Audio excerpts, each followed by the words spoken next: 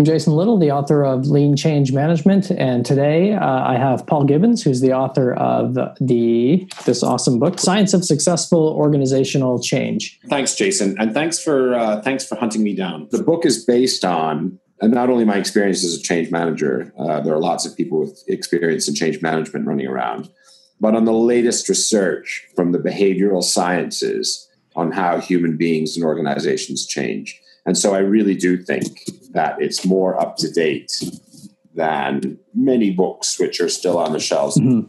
That's one of the things I enjoyed about your book, actually. Many of the ones that I've read, they focus on a method or a model or some step-by-step way for change to happen.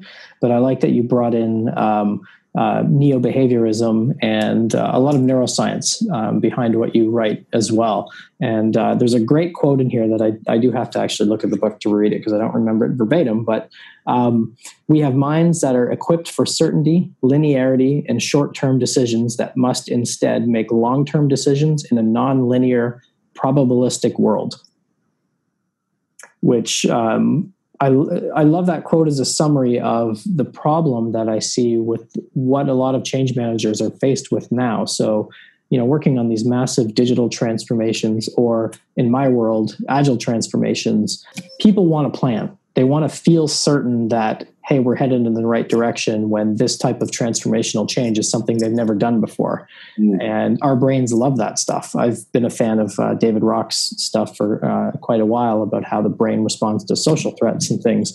So I'm glad you brought that element in, as well as there's a lot of challenging those assumptions. You get into a lot of cognitive biases and things like that in your book as well. And I'm glad more of that is coming into the change community so we can stop focusing on that resistance. So I guess my next kind of topic I wanted to get into as deep as we could anyway is around that 70% change failure stat. And I love that. Yes, thank you. Yeah. It's a good way to open the book. First of all, organizations vary. So IBM did this survey research, and some organizations succeed as often as 80% and some as little as 7%. So what matters to you as Mr. Executive, Mr. CEO, or Mr. Change Leader in an organization is how often you will succeed. So that's something that we have to look each other in the eye. The second thing is different kinds of change is harder. So cultural change, according to some research from a gentleman in England, succeeds 19% of the time. So does that mean, do people who are change leaders, when they're considering a cultural change project, look at that 19% number and factor that into the ROI? So if you're expecting the cultural change program will save you, I don't know, $10 million. If it only succeeds 20% of the time, the number that goes into the ROI needs to be 2 million. So I don't think people do. Organizations need to be much more honest and much more analytical about tracking their own successes and failures in the change world, because they need, if you want, data. And they need to look each other squarely in the eye if they're launching something and say, how often do we think this is going to succeed? Is this one of these 45% deals, or do we think an 80, or are we thinking 19%? And what does that do for risk management and how we allocate capital and all of that? And I like that you brought up that all changes are not created equal. You go into an organization that wants to do a 3-year transformation, you have to have some way of selling certainty to them when you know you can't really guarantee that certainty. One thing is we learned in the change and OD community is that there's a myth in the world, and it's a myth as someone who's led organizations. It's a myth that is very seductive psychologically, and that is it's cumbersome to involve lots of people at the start. What's more efficient is we at the top of this organization or the top of this team, we'll figure out what to do, and then we'll convince other people of the rightness of our thinking, and then they'll follow along because we'll communicate and engage and do all of that kind of nice change management stuff. Mm-hmm. That doesn't work nearly as often as we'd like it to. Mm-hmm. As someone, again, who's been very senior, I'd like it to work that way. I'd like to decide what ought to happen, and then I'd like to get everybody beneath me, if you will, to engage and follow through and to become passionate about and to share my vision and all that. That's not the right way to think about it.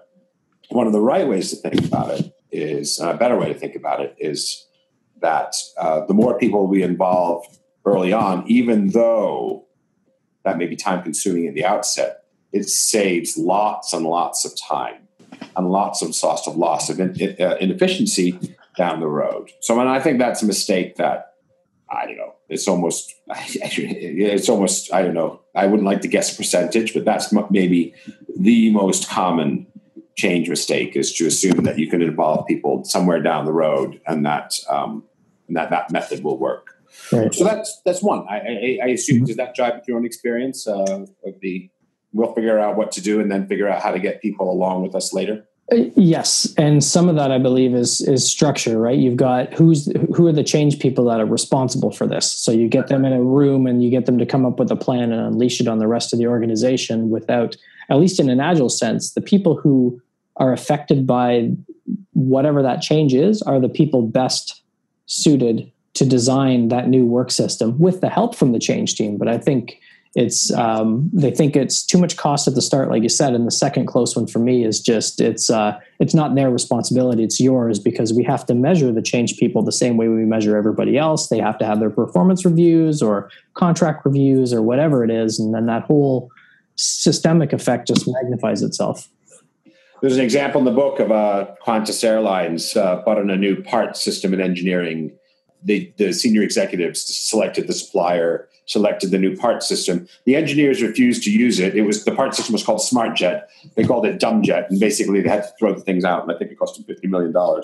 And the CFO of Qantas was quoted in the press as saying, this is one of the things you never live down for your whole career. So is there anything you would like to, any other topics that you'd like to chat about? I do want to say I blog on paulgibbons.net, www.paulgibbons.net.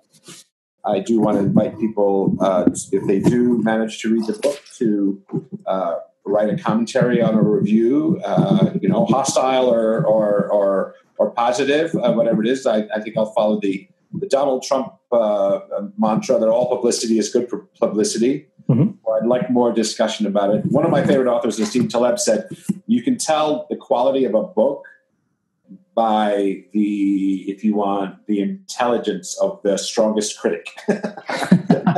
He said, if it's really bad, nobody will bother to talk about it. So anyway, I hope that people talk about it more. And I'm very grateful to you, Jason, for finding the book and for reaching out to me. And I hope we can do some more talking and learning together. That sounds great. All right. Thanks very much for joining me.